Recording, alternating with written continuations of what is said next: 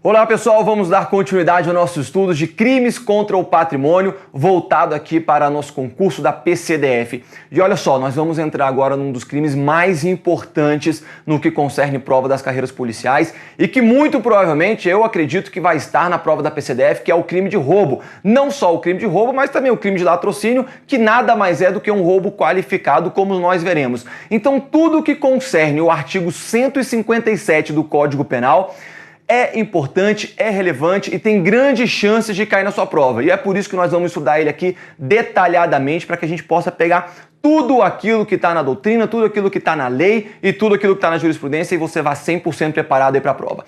Vamos lá, muitas vezes, quando concerne o crime de roubo, o pessoal já fala, putz, a gente tem que ver doutrina tal, a gente tem que ver jurisprudência tal, mas a gente esquece do mais simples, do detalhe mais importante, que é o que está escrito no artigo 157 do Código Penal. É o que está na lei. E o que está na lei, pessoal, mais da metade das questões de concurso público estão dentro do conhecimento da lei. Então a gente vai fazer o nosso estudo aqui focado na lei e aí puxando os complementos da doutrina e da jurisprudência. Olha aqui então o artigo 157 do Código Penal, que diz o seguinte: subtrair coisa móvel alheia. Lembra que no furto a gente vai fazer muito bate-bola aqui com o crime de furto. No crime de furto falava subtrair coisa alheia móvel. Não muda nada aqui, né? Subtrair coisa móvel alheia, para si ou para outra. Isso daqui também tem lá no crime do furto.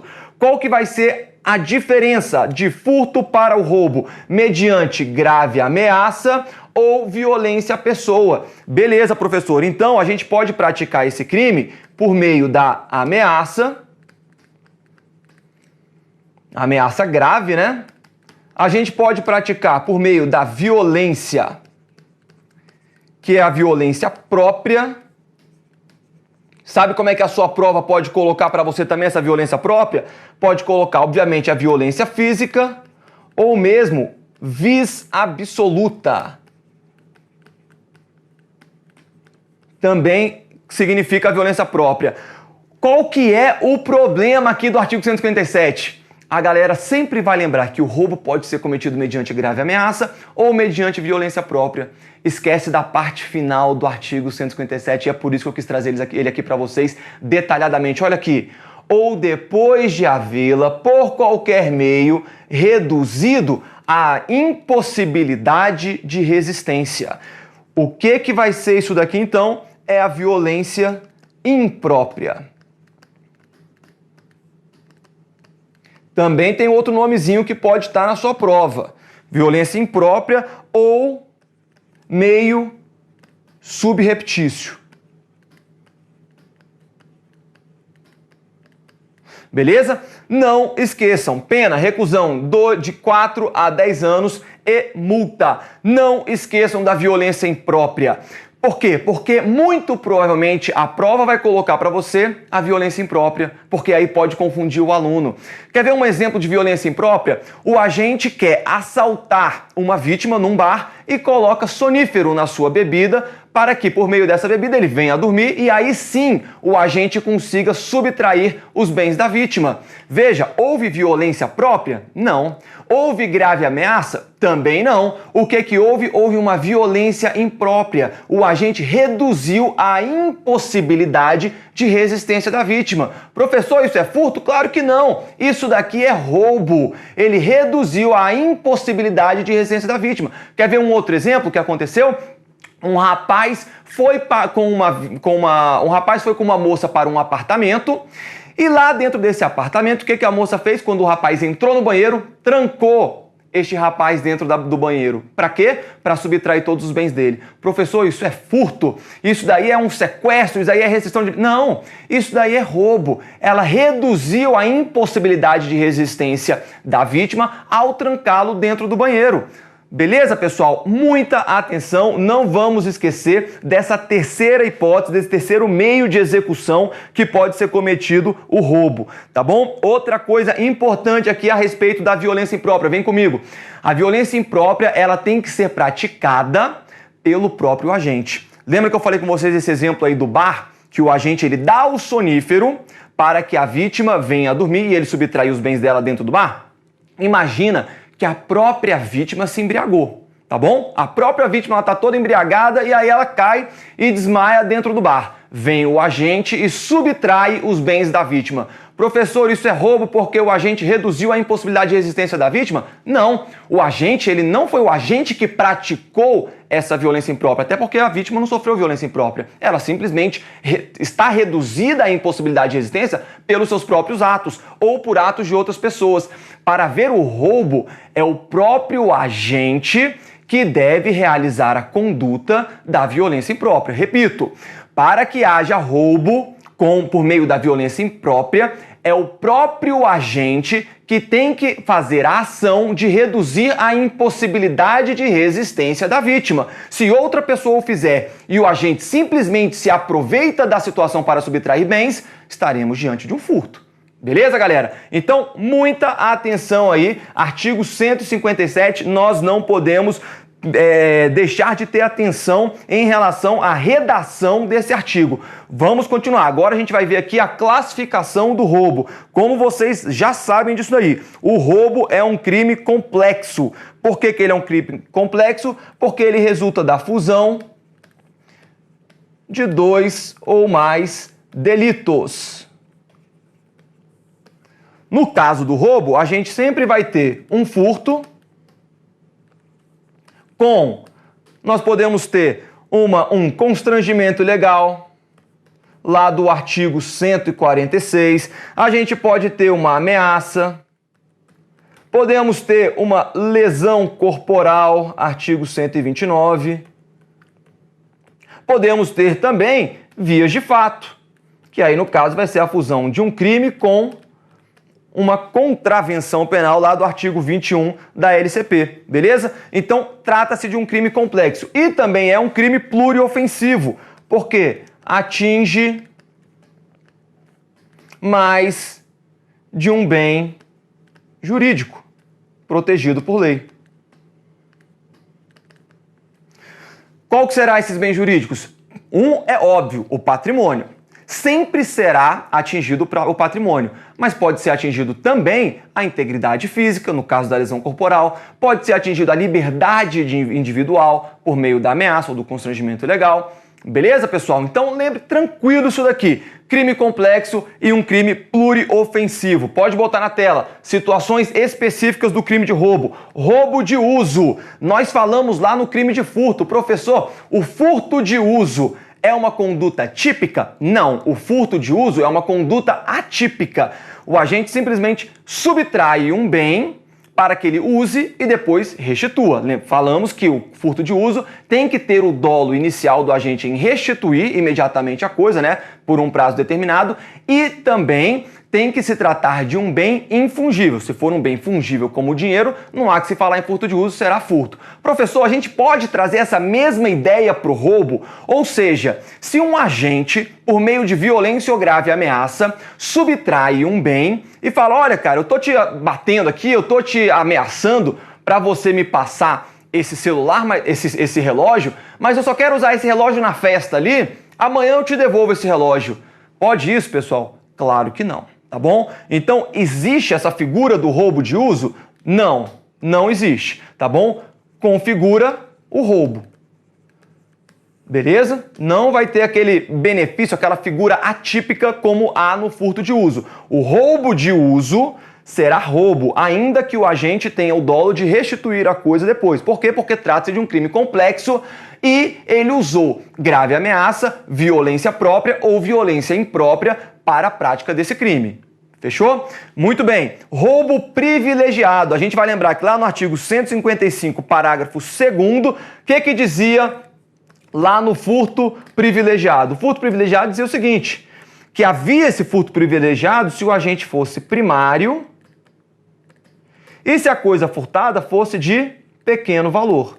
E aí teriam os benefícios que poderiam ser dados pelo juiz. Coisa de pequeno valor. Vamos lá. Existe a figura do roubo privilegiado, tal como temos no furto privilegiado? Não, professor. Na lei, eu olhei a lei aqui do artigo 157 e não há previsão de furto privilegiado. Legal. Então a gente já sabe que não está na lei. Veio teses defensivas dizendo o seguinte, olha, Se ao furto aplica-se o privilégio, se o agente for primário ou a coisa for de pequeno valor, nós podemos, por analogia em bonam partem, uma analogia que venha a beneficiar o réu, aplicar o artigo 155, parágrafo 2º, furto privilegiado, a gente pode aplicar também aqui no roubo, para formar uma figura do roubo privilegiado. Essa foi a tese defensiva. Se sustentou essa tese defensiva? Nada disso, tá bom? A jurisprudência falou, não. Aqui no roubo, não há que se falar em roubo privilegiado. O agente ele pode ser primário, o agente ele pode ter bons antecedentes, o agente ele pode ter praticado o crime em cima para subtrair uma coisa de pequeno valor, não importa, pode ter todos os requisitos do furto privilegiado. O agente continua respondendo por roubo, beleza? Então, galera, não existe a figura do roubo privilegiado aqui no artigo 157. A gente estará diante do roubo, tá bom? E aí pode ser um roubo simples, pode ser um roubo circunstanciado, vai depender da situação. Mas não há que se falar nessa figura do roubo privilegiado em razão de uma suposta analogia em bonam partem do furto privilegiado. Fechou? E o princípio da insignificância, professor? O princípio da insignificância ele pode se aplicar ao crime de roubo? Não, não pode se aplicar ao crime de roubo, tá bom? Não existe roubo insignificante para o direito penal. Professor, mas o agente ele ameaçou uma pessoa gravemente para obter R$1 que ele precisava para completar a passagem de ônibus dele. Não interessa. Não interessa para o direito penal. Por quê? Porque estamos diante de um crime complexo. Ele não somente praticou a subtração, mas ele praticou também uma conduta periculosa. Ele praticou uma grave ameaça, ele praticou uma violência própria ou imprópria. Então, aplica-se o princípio da insignificância ao roubo? Não, não se aplica. Adote isso daí na sua prova, beleza? Então tá aqui, princípio da insignificância adota? Também não adota. Qual que será um roubo de pequeno valor aí, com valor insignificante? Será roubo mesmo assim. Beleza? Ficou fácil aí de decorar essa tela? Roubo de uso não existe, roubo privilegiado não existe e princípio da insignificância não se aplica à figura do roubo. Fechou? Muito bem. Vamos lá. Galera, vem comigo, vem comigo. Isso daqui tem despencado em prova, tá bom? Tem caído demais. Então, muita atenção nesse questionamento. Ausência de bens patrimoniais, olha aí na tela, da vítima. A ausência de bens patrimoniais da vítima caracteriza o crime impossível? Pessoal, vamos lembrar bem aí. O crime impossível está previsto lá no artigo 17. Ineficácia absoluta do meio, não há sequer a tentativa se tiver a ineficácia absoluta do meio ou a absoluta impropriedade do objeto. Se nós estamos falando que a vítima não possui bens, a tese que foi levantada aqui é a seguinte: se não há bens a serem roubados, e o roubo é um crime patrimonial, estaremos de um crime impossível, em razão da absoluta impropriedade do objeto. Não há um objeto para ser subtraído pelo agente. Então não há que se falar aqui em tentativa de roubo. A gente vai estar diante de um crime impossível. Cuidado, essa foi a tese, tá bom? Essa foi a tese defendida. E atualmente nós temos duas posições. A primeira posição diz, primeira corrente, não, tá bom? Não se aplica o crime impossível, vai ficar caracterizada a tentativa de roubo. Então o agente vem, olha aqui, o agente vem com uma arma de fogo e diz para a vítima: vítima, me passe o seu aparelho celular. E a vítima fala: mas eu não tenho aparelho celular, não estou com aparelho celular. Então me passe o seu relógio, não tenho um relógio. Me passe o seu tênis, eu estou descalço. Me passe qualquer coisa, eu não tenho nada, só estou com essa bermuda aqui do corpo e acabou, eu não tenho bens a serem subtraídos. O agente vai embora, tá bom? Seguinte, crime impossível isso? Houve um crime impossível ou não? Temos essas duas correntes. A primeira corrente fala: não, isso daí, em que pese não haver bens a serem subtraídos, estaremos diante do crime de roubo tentado. Houve a tentativa de praticar um roubo, tá bom? A segunda corrente, tá aí para vocês, vai falar que sim, há o crime impossível, caracteriza o crime impossível do roubo se o agente não tiver, se a vítima não tiver bens. Galera, qual que é a corrente que vocês precisam adotar? A primeira, tá bom? Caracteriza a tentativa de roubo. Professor, mas eu vi uma jurisprudência ou uma doutrina que falava isso daqui, a segunda corrente. É verdade, existem doutrinas esparsas, alguns doutrinadores que defendem sim a possibilidade do crime impossível, tá bom? Entretanto, essa daqui é a posição do STJ, que eu vou deixar para vocês o RESP, para que vocês possam dar uma olhada depois. 1340747, tá bom? De 2014 esse julgado. Então não vai caracterizar. Professor, qual que é a posição do CESP? O CESP vai de acordo com essa primeira corrente, tá bom? Já foi cobrado isso daqui em prova mais de uma vez e o CESP ele permaneceu, e a maioria das bancas também permanece com essa primeira corrente. Então não há que se falar em crime impossível no crime de roubo. Tranquilo? Se o agente tenta subtrair bens da vítima, mas não consegue porque a vítima não possui bens, vai caracterizar o crime de roubo tentado mesmo assim. Professor, mas a vítima não tinha bens. Pois é, mas você está esquecendo de um detalhe. O roubo é um crime complexo. E a partir do momento que o agente efetua a violência, a grave ameaça, já iniciou-se esse crime. É um crime complexo. Então já teve o início da prática do crime. O fato da subtração é somente a finalidade, mas o crime meio já teve início. Então vai estar configurado, sim, o crime de roubo tentado, mesmo que a vítima não possua bens para entregar para serem subtraídos. Fechou? Muita atenção, isso daqui cai demais. Felícia, essa é a primeira corrente. Professor, isso daqui caiu numa prova discursiva da gente. Opa! Então você tem que falar também que existe essa segunda corrente, tá bom? Mas o foco é aqui para sua prova objetiva. Muito bem. Roubo, momento consumativo, vem aqui comigo. Nós vimos isso daqui lá no furto. Eu falei, olha galera, tem uma súmula do STJ, que é a súmula 582, que ela é específica para o crime de roubo, mas ela se aplica também aqui ao crime de furto. Eu falei isso com vocês lá atrás. E aí eu falei, olha, a tese do STJ, bem como do STF, será a mesma para o crime de furto e para o crime de roubo. O crime estará consumado com a inversão da posse. O agente subtrai a vítima, mediante violência ou grave ameaça. No momento que ele se apossa da coisa, houve a inversão da posse, ele pegou na coisa, segurou com ele, ainda que logo em seguida ele seja perseguido por um policial ou por outra pessoa e seja preso e não consiga levar a coisa adiante para o local que ele tinha a intenção de levar, mesmo assim estará caracterizado o crime de roubo consumado. Não requer a posse mansa e pacífica. Lembrem-se disso, beleza? Então olha aqui a súmula 582 do STJ. Consuma-se o crime de roubo com a inversão da posse do bem, mediante emprego de violência ou grave ameaça, ainda que por breve tempo, e em seguida a perseguição imediata ao agente e recuperação da coisa roubada. Sendo prescindível, o que é essa palavrinha? É dispensável. O CESP adora essa palavra, tá bom?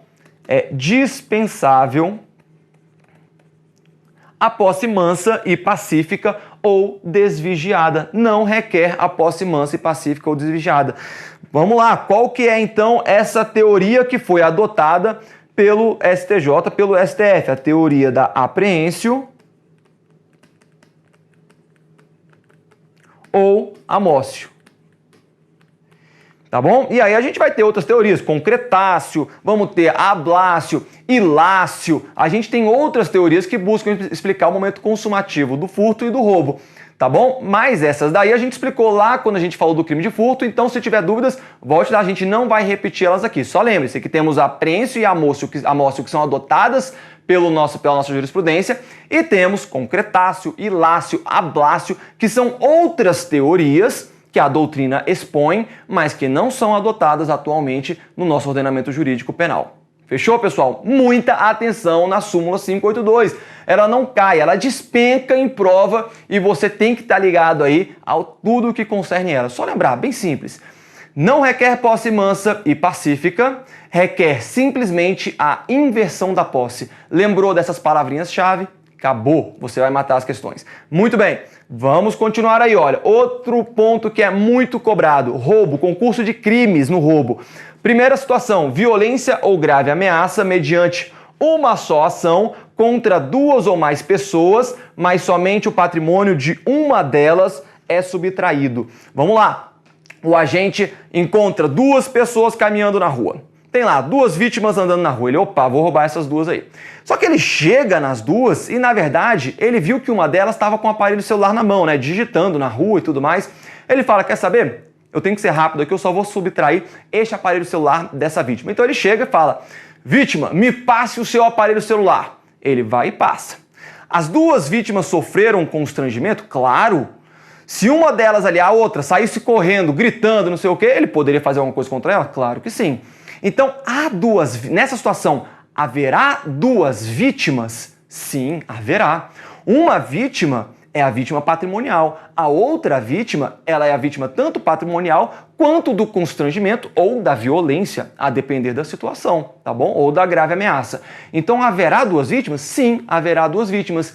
Entretanto, em que pese haver duas vítimas do roubo, somente houve uma vítima patrimonial. Ele subtraiu o aparelho celular de somente uma delas. Essa era a intenção, subtraiu o patrimônio de somente uma delas. Professor, quantos roubos haverá nessa situação? Eu te respondo aqui, haverá somente um roubo.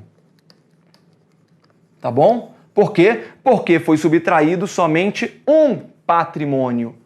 E o roubo é um crime patrimonial, então será levado em consideração a quantidade de patrimônios subtraídos nessa situação. Beleza, mas temos outra situação agora. Violência ou grave ameaça mediante uma só ação contra duas ou mais pessoas com a subtração de patrimônio de cada uma delas. Pessoal, aqui a gente precisa lembrar lá do concurso de crimes. Nós temos o concurso material, que são duas ou mais ações que geram dois ou mais resultados, dois ou mais crimes. O concurso formal, ele diz o seguinte, uma ação somente gera dois ou mais crimes. Beleza? E aí a gente vai ter o crime continuado também lá no artigo 71. Mas olha só o que eu quero chamar a atenção para vocês. Imagina que o cidadão, o indivíduo, melhor dizendo, ele entra no ônibus e vê 5 passageiros dentro daquele ônibus, além do cobrador. O que ele faz? Ele rouba cada um desses passageiros, bem como o cobrador do ônibus. Então ele rouba um, rouba o outro, fala, todo mundo aí, ó, me passa aqui o dinheiro, me passa seus celulares, me passa a carteira, me passa tudo. Ele roubou cada um deles. Não roubou? Beleza. O que a jurisprudência entende? Em que pese você dizer, ah, professor, mas eu entendo que cada roubo desses dentro do coletivo foi um roubo distinto, foi uma ação distinta. Não, então deixa eu já te falar. Está descartado aqui o concurso material. Quando ocorre essa situação, a jurisprudência diz, isso é um concurso formal de crimes. O agente que vai numa parada de ônibus, tem 10 pessoas esperando o ônibus e rouba bens de todas as vítimas que estão no ônibus, isso é uma ação? Sim, para a jurisprudência, isso é somente uma ação. Então, lembrem-se, haverá nesse caso concurso formal. Galera, isso daqui cai demais, tá caindo muito. Concurso formal de crimes, tá bom? Não se esqueça desse detalhe. Professor, eu sei que o concurso formal ele se divide em próprio e se divide em impróprio, que é a segunda parte lá do artigo 71 do Código Penal. O próprio é quando o agente, mediante uma ação, pratica 2 ou mais crimes, só que sem desígnios autônomos. Já o impróprio, há desígnios autônomos, que é o que o artigo 70 do Código Penal fala pra gente. Beleza? Então, eu te pergunto, no momento que o agente entra no ônibus ou vai numa parada, no ponto de ônibus e subtrai diversos bens, ele teve desígnios autônomos? Claro que teve, pessoal. Foi uma ação só, mas ele teve desígnios autônomos. Ele quis subtrair o bem de cada uma daquelas pessoas, de cada uma daquelas vítimas. Concurso formal ou informal? Na minha opinião, informal. Em grande parte da jurisprudência, informal não, desculpa, pessoal, concurso formal impróprio. Aqui, ó, pode botar na tela. Na minha opinião, será impróprio. Grande parte da jurisprudência concorda que será concurso formal impróprio também. Temos uma pequena parcela que diz que vai ser o concurso formal próprio. Temos julgados também que vão dizer que será o concurso formal próprio. Professor, aí você confunde a minha cabeça, é coisa demais para eu saber qual o concurso que eu adoto, concurso formal. Eu já sei que é concurso formal, mas eu adoto concurso formal próprio ou impróprio quando há essa subtração de vários patrimônios. Calma, pessoal, eu vou tranquilizar vocês, sabe por quê?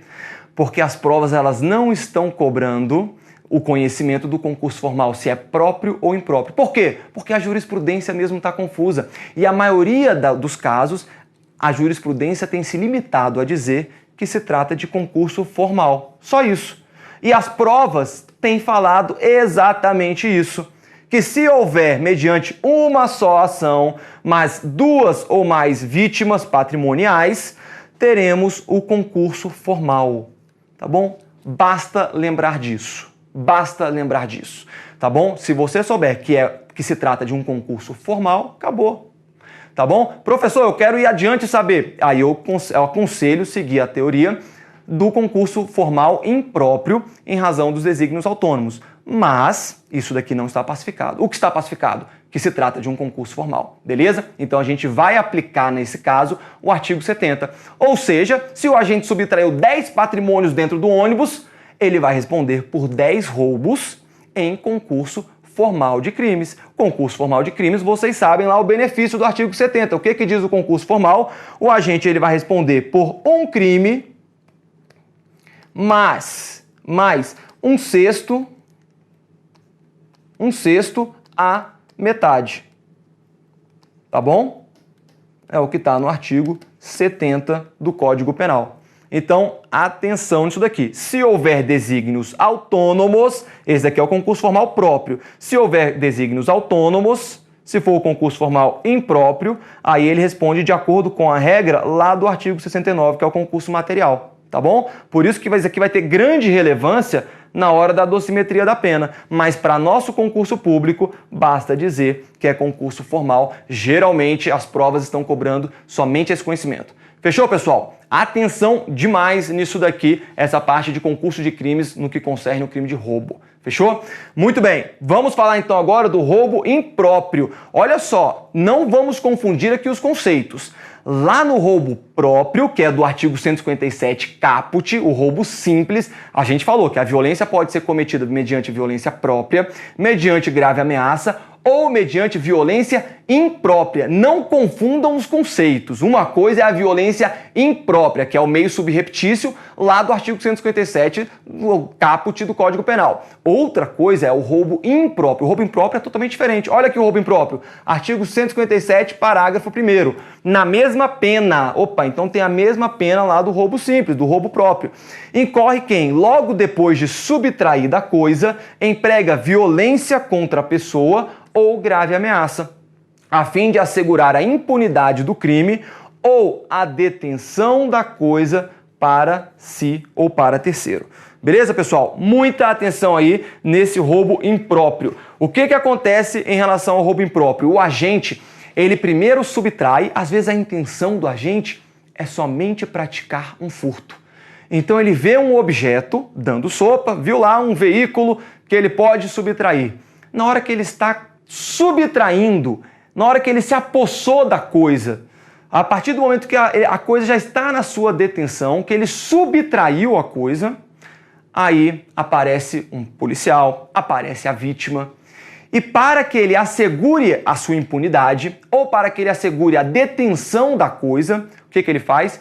Aí ele aplica violência ou grave ameaça contra a vítima ou contra terceiros, tá bom? Então, o momento em que há violência é distinto no roubo impróprio e no roubo próprio. Vamos ver aqui um quadro que vai deixar bem claro tudo pra gente, pessoal. Roubo próprio e roubo impróprio. Primeiro, o meio de execução. Atenção no meio de execução.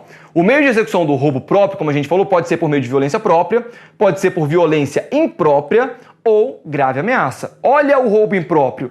Ele somente pode ser praticado mediante violência própria ou grave ameaça. Não há que se falar em violência imprópria no roubo impróprio. Vou repetir.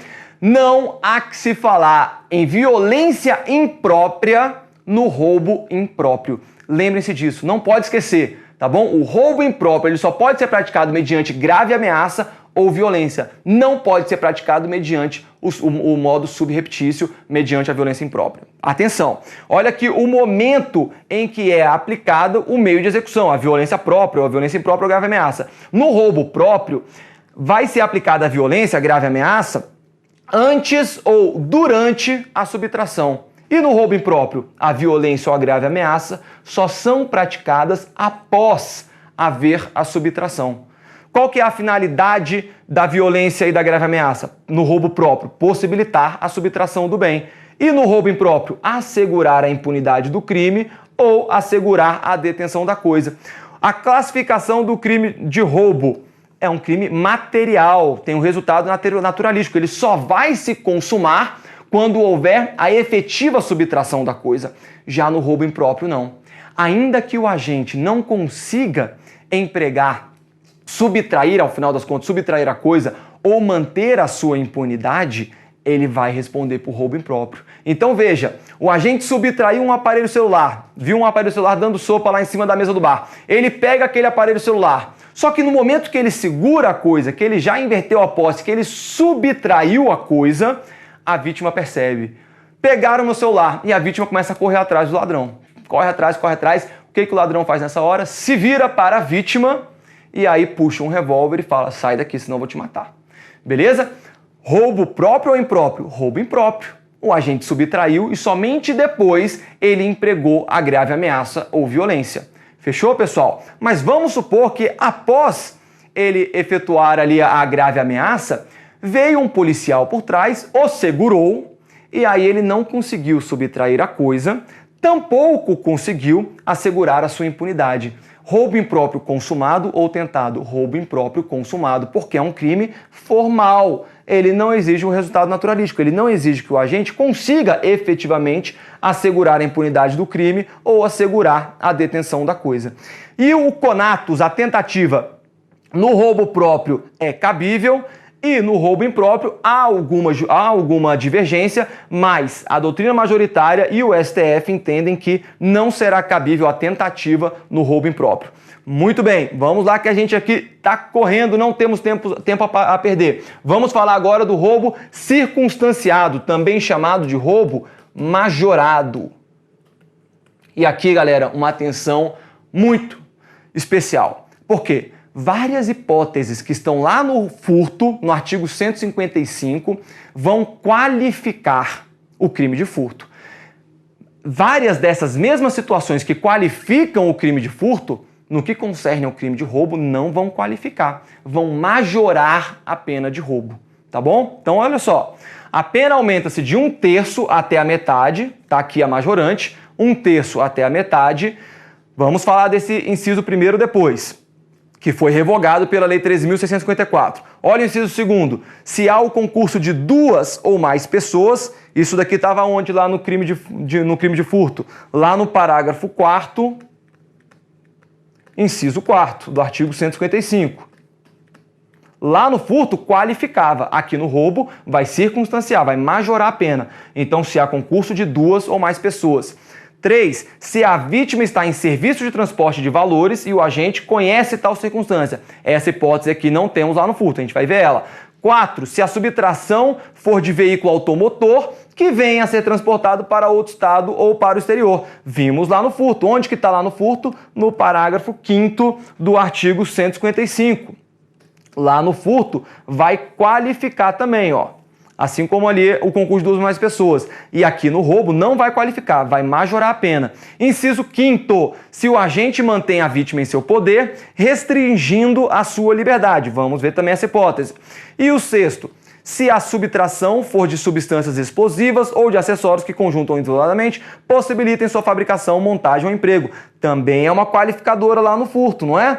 Artigo 155, parágrafo 7º, vai qualificar o furto. E no que concerne aqui ao roubo, vai circunstanciar, vai majorar. Então, atenção aí nessas hipóteses que você não pode confundir. Lá no furto vai qualificar, aqui no roubo vai majorar. Vamos ver aqui então rapidamente essas hipóteses da majorante do roubo, tá bom? Artigo 157, parágrafo 2º. Inciso 2º, pessoal, se há o concurso de 2 ou mais pessoas, Primeiro, vai se tratar de um crime acidentalmente coletivo. Por quê? Porque o roubo ele pode ser praticado por somente um agente, mas a pluralidade exaspera a pena, aumenta a pena. Sempre deve haver o vínculo subjetivo. Óbvio, né? Para haver o concurso de pessoas, a gente tem que ter aí o liame subjetivo entre elas. Segundo, falamos sobre isso daqui lá no crime de furto. Não é necessário que todos sejam autores, podendo haver a exasperação da pena quando o roubo for cometido em concurso entre um autor e um partícipe. A gente falou sobre isso. Não requer que ambos sejam autores. A gente vai ter o concurso de pessoas no roubo, mesmo que uma delas seja o autor e a outra seja o partícipe, beleza? Não vamos confundir concurso de duas ou mais pessoas com coautoria. São coisas distintas.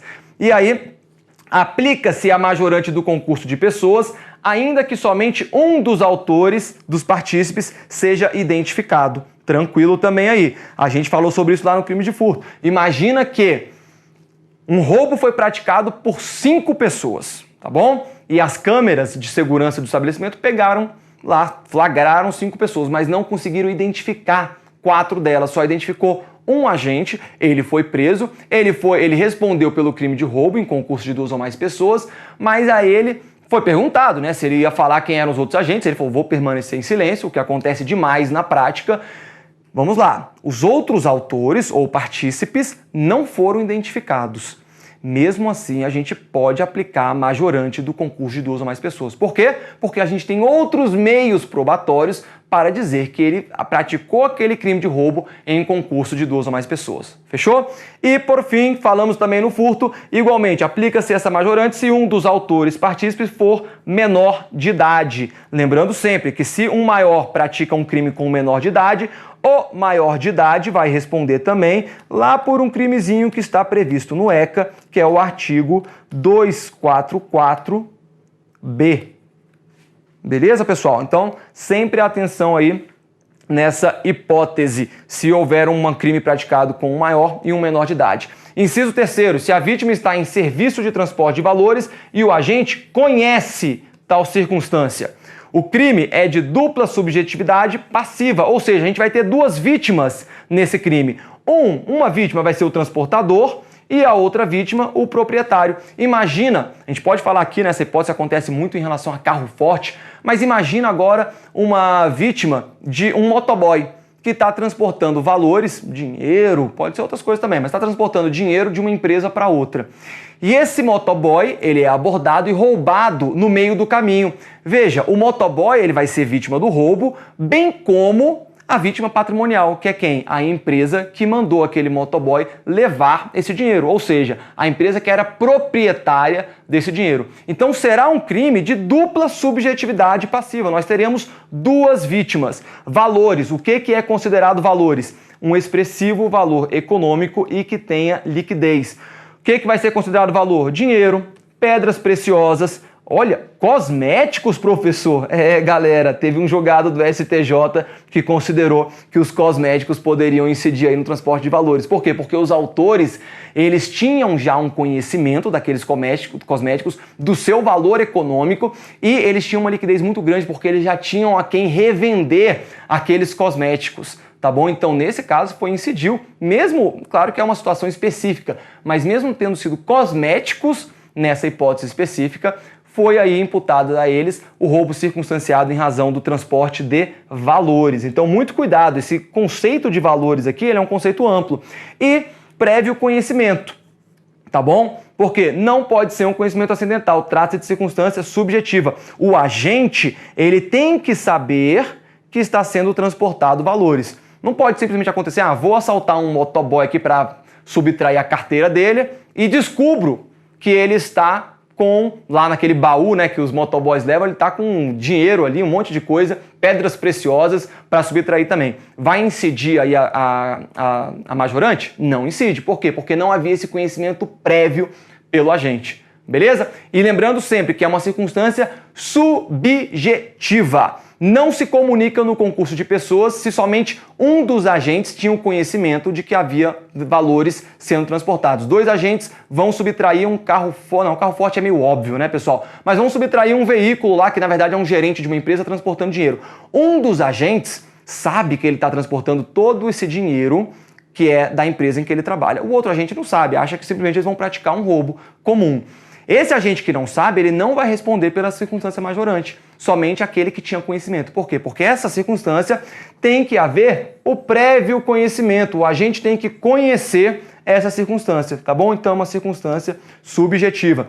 Inciso 4º, a pena aumenta-se de 1/3 até a metade, se a subtração for de veículo automotor que venha a ser transportado para outro estado ou para o exterior. Falamos sobre essa hipótese lá do parágrafo 5º do artigo 155, mas só relembrando, só se aplica a majorante mediante o efetivo resultado, ou seja, quando há o efetivo transporte do veículo subtraído para outro estado ou país. E o inciso 5º, se o agente mantém a vítima em seu poder, restringindo sua liberdade.